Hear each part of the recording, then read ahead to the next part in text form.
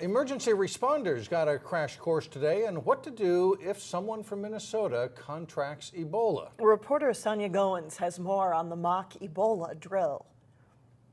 So we're going to now review the scope of this exercise. Officials from across Minnesota packed a conference room to find out how to respond if someone contracted Ebola.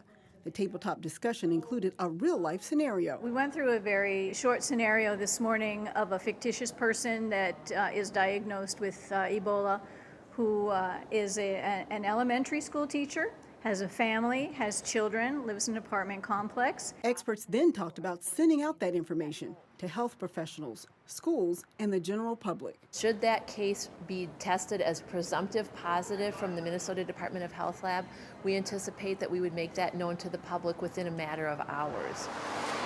Officials didn't say which hospitals would be treating Ebola patients, but they say they are ready. If we have a case, we have a team of epidemiologists who will immediately work with that facility and all of the contacts of that individual to follow up on what kind of exposures they have. The Department of Health also talked about keeping track of Minnesotans who had recently traveled to Liberia and other West African countries. They will have received a thermometer. They need to take their temperature twice daily and be monitoring for symptoms. So our monitoring would be to check in with them on a regular basis, not only to look at whether or not they have a fever, but also to look at if they have any other symptoms. But overall, they say the chance of the general public getting Ebola is slim to none. Get a flu shot. That is a greater risk to Minnesotans than Ebola is at this point. Sonia Goins, 12 News.